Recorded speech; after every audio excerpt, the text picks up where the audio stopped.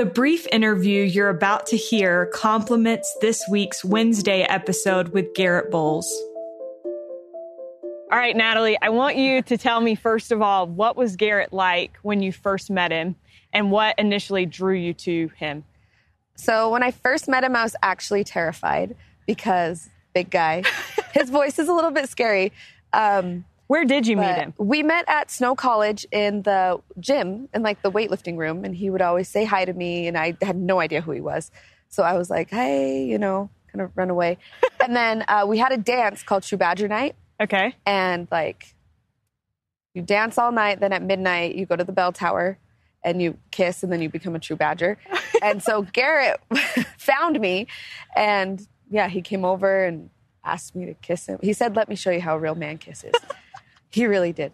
And I was like, okay, if I say no, he's going to eat me. So I said yes. And then all that happened. He got my number. We texted a lot. And then he came over and he told me his life story, which I died over. I started crying with him. Like, we had a really intense, like, first hangout, first night. Like, because there's a lot to unpack. Yeah. He told me his whole life story. What really happened was I Googled him before he came over, and a mugshot came up. And so I got scared.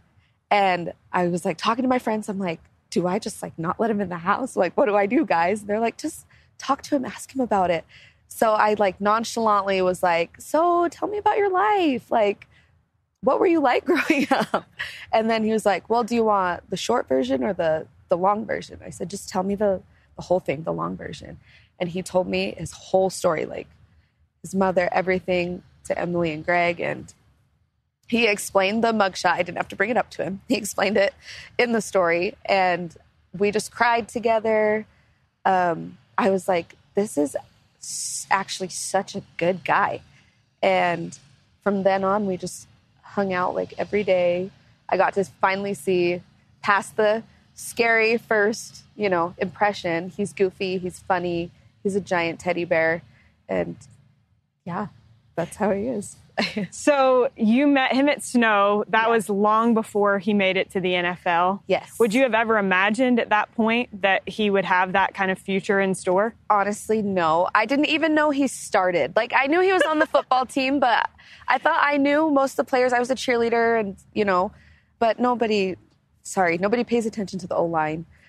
But so he told me he was offensive line. I was like, oh, cool. Do you start? He was like, yeah, I'm a starter. I was like, oh, cool. But I didn't realize how good he was until I was at his house one day and he tweeted something about his like college offers, his top 5 schools, I think, 5 or 7. And I was like, wait, people actually care? Like, do you really need to tweet about it? Right. And yeah, he was like, yeah, I do. I'm kind of good. I was like, oh, okay. So that's kind of when I realized he was actually really good at what he does. Yeah. Yeah. So then he makes it to the NFL.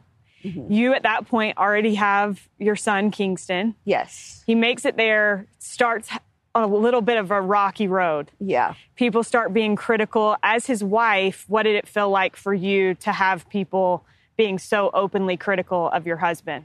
Honestly, it was so hard because, like, I see the work that he puts in. I know how hard he works, what he does. He comes home, he watches film, he does pass sets in the kitchen. Like, we did so much. And to hear people, like, boo him, say he shouldn't play football, it was so hard. And there was at one point, I was pregnant with our second, and I was ready to throw hands because, like, I was just not having it. And it was so hard, honestly, so hard. So then you kind of take matters into your own hands. You and Garett start doing some training at home. And this is during COVID. Mm-hmm. Garett mentioned that, it was during a time when a lot of people were not maybe putting in as much work because gyms were closed. There weren't as many resources available. Yeah. But you, Natalie, were perhaps his greatest resource. So you start doing drills together. Tell me a little bit about that. Yeah, I think it was his agent or his coach was like, just take pass sets in the kitchen. Get Natalie, have her go against you, pretend like she's Vaughn, pretend like she's Bradley, and just, take pass sets in the kitchen. And I was like, okay. Kids were asleep. We were just hanging out. It's COVID. There's nothing to do. So I was like, all right, let's see what you got. He kind of showed me how to navigate how to do what I was supposed to do. I threw a couple spin moves in there, got past him a couple times. So, nailed it.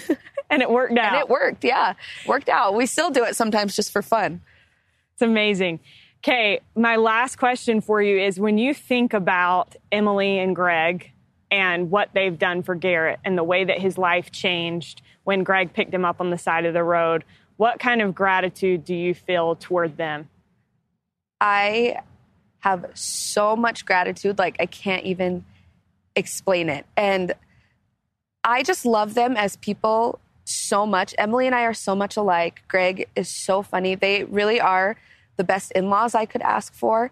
And I still see what they do with Garett, what they do with my kids, our kids, and they are just the best people. And they were for sure put in Garett's life for a reason. They were the biggest blessings. I don't know even where Garett would be right now if it weren't for them. And that scares me to think about, but I'm so eternally grateful for Emily and Greg and everything that they did for him and for us. Perfect. You nailed it.